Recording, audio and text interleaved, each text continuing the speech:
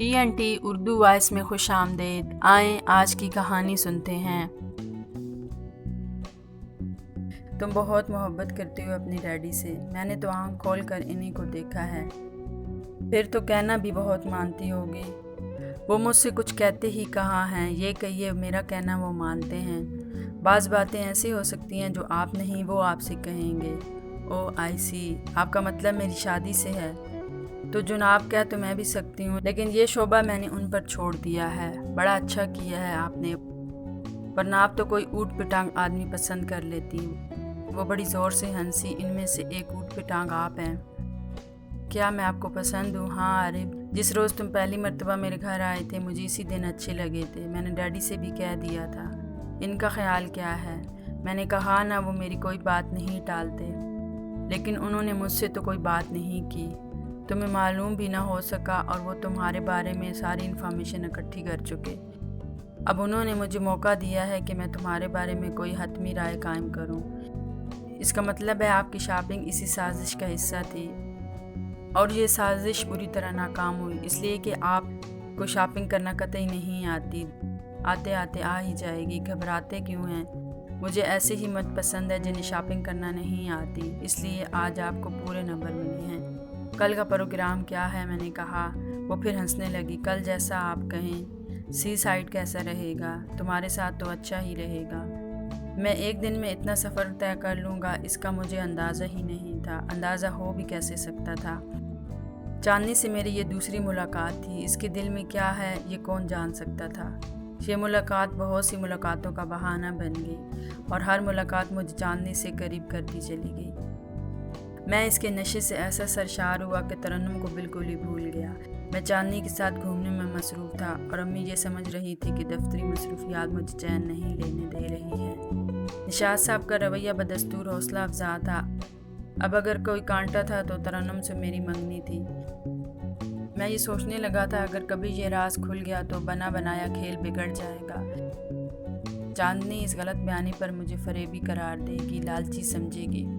اور جب ایک دن نشاط صاحب نے مجھے یہ حکم دیا کہ میں امی کو لے کر ان کے گھر آؤں تو میں چکرا کر رہ گیا۔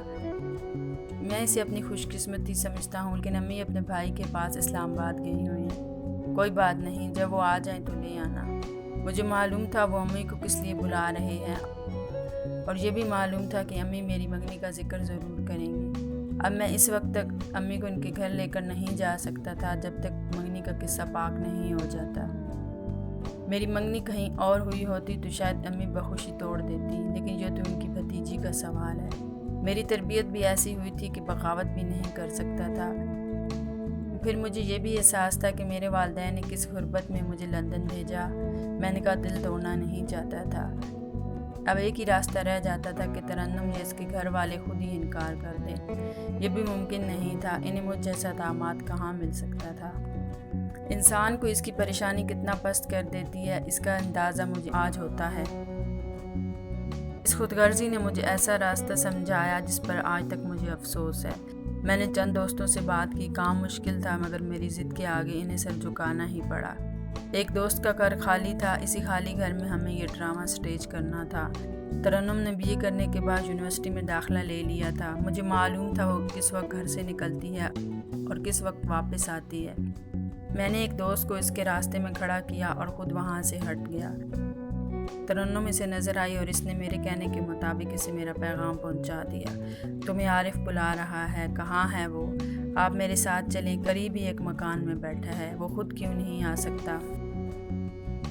بیکار باتوں میں وقت ضائع نہ کریں، جلدی کریں۔ خیریت تو ہے؟ کیا ہوا ہے؟ اس پر غبن کا الزام ہے، ملک چھوڑنے سے پہلے وہ آپ سے ملنا چاہتا ہے۔ پولیس اسے تلاش کر رہی ہے، کوئی عام راز ہے جو وہ آپ پر ظاہر کرنا چاہتا ہے۔ بات ہی ایسی تھی کہ ترنم تو گھبرا گئی۔ اسی گھبراہٹ میں اسے یہ بھی خیال نہ رہا کہ گھر جا کر تو بتا دیتی۔ بہت دن سے میں اس سے ملا بھی نہیں تھا، اس لیے اسے اور بھی یقین آ گیا۔ وہ میرے دوست کے ساتھ گاڑی میں بیٹھی اور اس مکان پر پہنچ گئی۔ وہ مجھ سے ملنے پہنچی تھی، لیکن وہاں میرے بجائے میرے دوست بیٹھے تھے۔ ابھی وہ حیران ہو ہی رہی ہوگی کہ پروگرام کے مطابق میں وہاں پہنچ گیا۔ عارف کیا ہوا؟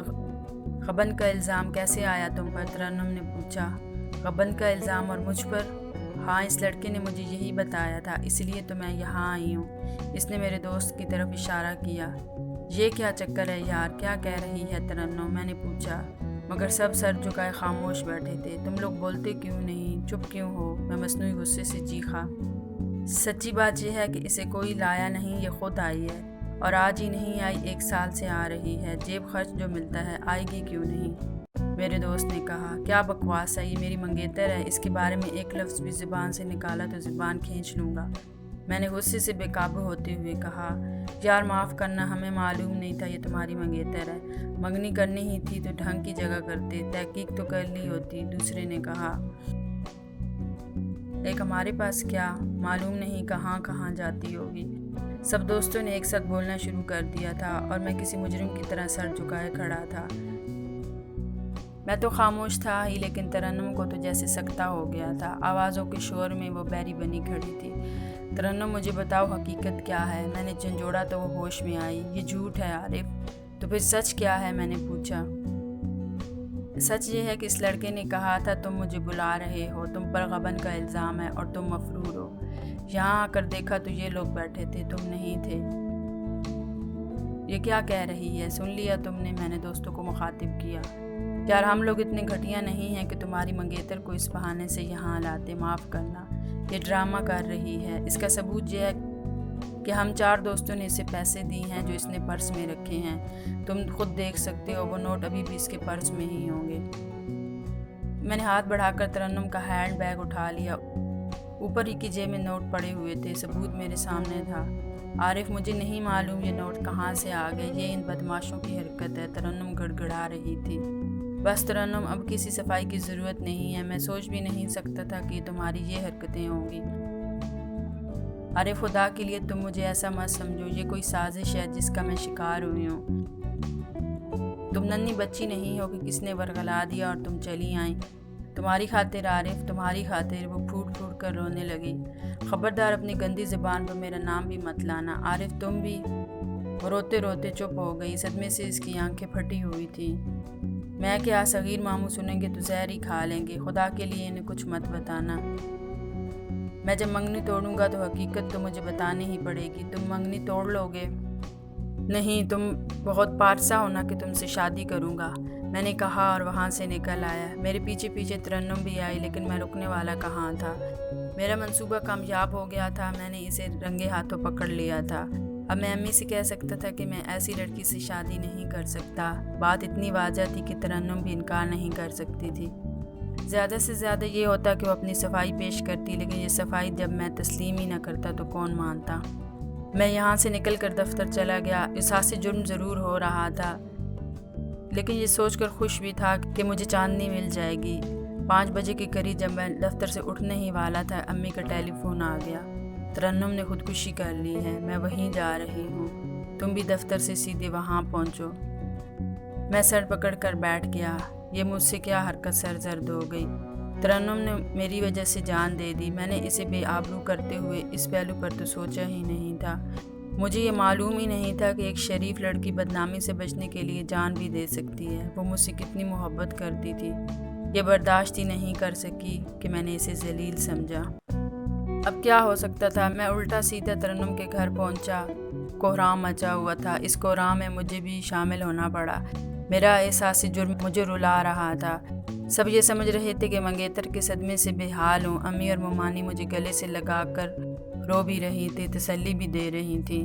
ترنم نے بس یہ تحریر چھوڑی تھی کہ میں اپنی مرضی سے اپنی جان لے رہی ہوں۔ اصل وجہ کیا ہے، اس کا علم میرے سوا کسی کو نہیں تھا۔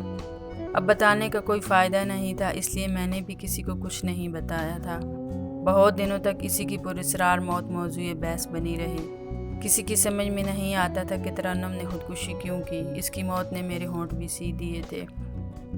میں ششدر ہو کر رہ گیا تھا۔ جب احساس گناہ ہوتا تو راتوں کو اٹھ اٹھ کر روتا تھا۔ امی میری حالت دیکھ کر اسے میرا جذبہ محبت سمجھتی تھی اور مجھے سمجھاتی تھی۔ بالآخر انہوں نے یہ کہنا شروع کر دیا کہ وہ میرے لیے کوئی اور لڑکی دیکھیں گی۔ ترنم کی 2 بہنیں اور بھی تھیں۔ مجھے یہ ڈر ہوا کہ کہیں امی کا خیال اس طرف نہ ہو جائے۔ اس سے پہلے کہ وہ کچھ سوچیں میں ان کی سوچ کا رخ موڑ دوں۔ میں نے انہیں نشاط صاحب کے بارے میں بتایا، وہ فوراً تیار ہو گئی اور میں انہیں لے کر نشاط صاحب کے گھر پہنچ گیا۔ ابو بھی ساتھ تھے۔ یہ تو کوئی بہت بڑے آدمی معلوم ہوتے ہیں، امی نے باہر ہی سے ان کے گھر کو دیکھ کر کہا۔ میرے آفیسر ہیں امی۔ پڑھنے لکھنے کا یہی تو فائدہ ہوتا ہے۔ عارف کی ماں، کیسے بڑے بڑے لوگوں سے تعلقات ہو جاتے ہیں، ابو نے کہا۔ نشاط صاحب اور چاندنی ہمارے ہی منتظر تھے۔ چاندنی پر نظر پڑتی امی نے میرے کونی ماری۔ لڑکی تو بہت خوبصورت ہے۔ ترنم تو اس کے سامنے کچھ بھی نہیں تھی۔ میں نے انگلی کے اشارے سے انہیں چپ رہنے کو کہا اور وہ چپ ہو گئیں۔ چاندنی ان کے قریب آ کر بیٹھ گئی اور نشاط صاحب ابو سے باتیں کرنے لگے۔ باتیں زیادہ تر چاندنی اور میرے درمیان گھوم رہی تھی۔ نشاط صاحب چاندنی کے گن گا رہے تھے اور ابو میری تعریف کر رہے تھے۔ رخصت ہونے تک میں اسی امید میں تھا کہ نشاط صاحب کھل کر اپنی پسند کا اظہار کریں گے یا کوئی ایسا اشارہ دیں گے کہ امی کی ہمت ہو جائے گی، لیکن ادھر ادھر کی باتوں میں وقت کٹ گیا۔ لڑکی اتنی پیاری ہے کہ ہمارا گھر سج جائے گا، امی نے گھر پہنچ کر اپنی رائے دی۔ نشاط صاحب خود بھی بہت اچھے آدمی ہیں، اتنے بڑے عہدے پر ہونے کے باوجود غرور نام کو نہیں، ابو نے کہا۔ پیسے والے ہیں، دیں گے بھی بہت۔ صغیر بھائی کے گھر سے کیا ملتا، امی نے کہا۔ ان باتوں کا کیا فائدہ امی، نشاط صاحب نے تو ذکر تک نہیں چھیڑا، میں نے کہا۔ باولا ہوا ہے لڑکے، وہ کیوں ذکر کرنے لگے تھے؟ ہم لڑکے والے ہیں، سوال ہم ڈالیں گے، امی نے کہا۔ تو کہیں تو میں بات ڈال کر دیکھوں؟ ابھی نہیں امی، پہلے میں چاندنی سے پوچھ لوں، میں نہیں چاہتا کہ آپ کو انکار سننا پڑے۔ تیری مرضی، ویسے لڑکی مجھے پسند ہے، جس دن تو کہے گا میں تیرے ساتھ چلوں گی۔ میں نے دیر نہیں کی، چاندنی کو فون کیا اور اس کو اسی ہوٹل پر بلا لیا جہاں ہم اکثر شامیں گزارتے تھے۔ میری امی تمہیں کیسی لگی، میں نے پوچھا۔ بہت اچھی، بہت سادہ۔ تم نے یہ بھی دیکھ لیا ہوگا کہ ہم اوسط درجے کے لوگ ہیں، میرے والد ٹیلر ماسٹر ہیں۔ یہ سب تو تم مجھے پہلے ہی بتا چکے ہو، ایک مرتبہ اور بتا رہا ہوں۔ مجھے تم سے غرض ہے عارف، تو پھر میں امی کو تمہارے گھر تمہیں مانگنے کے لیے بھیج دوں؟ عارف، اس کے رخساروں پر دھنگ کے رنگ بکھر گئے۔ کیوں بار بار مجھ سے کہلوا رہے ہو؟ غریب ماؤں کے دل بہت نازک ہوتے ہیں۔ اپنے ڈیڈی سے کہنا کہ اگر انکار بھی کریں تو عزت کے ساتھ۔ کہہ دوں گی بابا، تم بھیجو تو۔ چاندنی سے بات ہو جانے کے بعد مجھے اطمینان ہو گیا تھا۔ میں نے امی کو خوشخبری بھی سنا دی، لیکن پھر معلوم ہوا کہ نشاط صاحب بیرون ملک جا رہے ہیں۔ اب یہی ہو سکتا تھا کہ ان کی واپسی تک انتظار کیا جائے۔ غضب یہ ہوا کہ چاندنی بھی ان کے ساتھ چلی گئی۔ چاندنی کو شاید اتنا موقع ہی نہیں مل سکا کہ مجھے اطلاع کرتی یا کیا ہوا۔ بہرحال مجھے ٹیلی فون پر اس کی ملازمہ نے بتایا کہ وہ بھی گئی ہے۔ مجھے غصہ تو بہت آیا، لیکن یہ دائمی جدائی تو تھی نہیں۔ نشاط صاحب 15 دن کے لیے گئے تھے، 15 دن اور لگ سکتے تھے، اس کے علاوہ کیا ہوتا۔ 20 دن بعد نشاط صاحب دفتر آئے۔ میں خوش ہو گیا کہ چاندنی بھی آئی ہوگی، لیکن جب انہوں نے بتایا کہ چاندنی اپنے ماموں کے پاس رک گئی ہے اور چند ماہ بعد آئے گی تو میرا منہ اتر گیا۔ میں نے یہ 20 دن جس طرح گزارے تھے میں جانتا تھا اب چند مہینے کیسے گزریں گے۔ مجھے چاندنی پر حیرت ہو رہی تھی، اس نے یہ جدائی کیسے گوارا کر لی۔ کوئی خط لکھ سکتی تھی، فون کر سکتی تھی، کچھ بھی تو نہیں۔ میں نے یہ کہہ کر دل کو تسلی دے لی کہ ابھی 20 دن ہی تو گزرے ہیں، ان 20 دنوں میں جانے کہاں کہاں گھومتی رہی ہوگی، خط لکھنے کا موقع کہاں ملا ہوگا۔ وہ مجھے بھول جائے یہ تو ممکن ہی نہیں۔ دل میں وسوسے تو آنے ہی لگے تھے۔ میں نے یہ بات بھی نوٹ کی کہ اب نشاط صاحب کی دلچسپی مجھ میں کم ہو گئی تھی۔ اب وہ مجھ سے ذاتی باتیں نہیں کر رہے تھے۔ ایک مرتبہ تو حد ہوگی، میں نے چاندنی کے بارے میں پوچھا، سر چاندنی کا کوئی خط آیا؟ یہ لیٹر آج ہی فیکس کر دو، انہوں نے میری بات کو نظر انداز کرتے ہوئے کہا۔ جی بہتر، میں نے کہا۔ سر چاندنی بی بی کا وہاں دل لگ گیا۔ جس اشتہاری اسکیم پر پچھلی میٹنگ میں بات ہوئی تھی، اس کی مکمل رپورٹ زیادہ سے زیادہ 1 ہفتے میں مجھے مل جانی چاہیے۔ انہوں نے ایک مرتبہ پھر میرے سوال کو نظر انداز کرتے ہوئے کہا اور اس کے ساتھ ہی وہ کہیں فون کرنے لگے۔ اب کوئی موقع نہیں تھا کہ میں کوئی اور سوال کرتا۔ مجھے ان کی اس بدلی ہوئی حالت کو دیکھ کر تعجب بھی ہوا اور غصہ بھی آیا۔ صاف ظاہر ہو رہا تھا کہ وہ مجھے یہ جتانا چاہ رہے تھے کہ میں اپنے کام سے کام رکھوں اور یہ کہ میں اس دفتر میں ملازم ہوں اور کچھ نہیں۔ ان کا یہ رویہ میری ہمت توڑنے کے لیے بہت تھا۔ اب مجھ میں اتنی ہمت نہیں تھی کہ میں ان سے یہ کہتا کہ میری والدہ ان سے ملنا چاہتی ہیں۔ کوئی گڑبڑ ضرور تھی، لیکن کیا؟ یہ عقدہ چاندنی کے آنے کے بعد ہی کھل سکتا تھا۔ میں بے چینی سے ان کے آنے کا انتظار کرنے لگا۔ یہ انتظار اس دن ختم ہوا جب نشاط صاحب کے ڈرائیور نے مجھے بتایا کہ چاندنی آ گئی ہے۔ یہ خبر سنتے ہی مجھے اس کی بے رخی پر غصہ آنے لگا۔ دیکھتا ہوں وہ اپنے آنے کی اطلاع کب تک نہیں دیتی ہے۔ اس نے زیادہ انتظار نہیں کیا۔ دوسرے دن میں دفتر میں بیٹھا تھا کہ اس کا فون آ گیا۔ میں آ گئی ہوں۔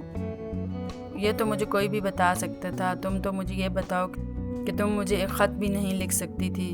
تمہاری شکایت بجا ہے، لیکن حالات ہی ایسے ہو گئے تھے۔ ملو گے تو بتاؤں گی۔ اور یہ تمہاری ڈیڈی کو کیا ہو گیا ہے؟ کیا ہوا؟ سیدھے منہ بات ہی نہیں کر رہے ہیں، پہلے جیسی بات ہی نہیں رہی۔ غصہ مت کرو، کچھ خاندانی مسائل ایسے تھے کہ یہاں سے بہت پریشان گئے ہیں۔ سوری چاندنی۔ اچھا یہ بتاؤ کب مل رہی ہو؟ ایک مصیبت پیچھے لگا لائی ہوں، اس سے چھٹکارا ملتے ہی تم سے ملوں گی۔ کیسی مصیبت؟ میرے ماموں زاد بھائی ہیں، حضرت نے پاکستان نہیں دیکھا تھا، ساتھ لگ کر چلے آئے۔ اب انہیں پاکستان کو مانا ہے۔ تم کیا گائیڈ ہو؟ پلیز عارف، صرف 15 دن کی بات ہے۔ لیکن میں نے تمہیں 3 مہینے سے نہیں دیکھا۔ اچھا آج شام میں ملیں گے۔ اس شام وہ مجھ سے ملی اور اسی طرح ملی جیسے پہلے ملتی تھی۔ اس کے رویے میں کوئی تبدیلی نہیں آئی تھی۔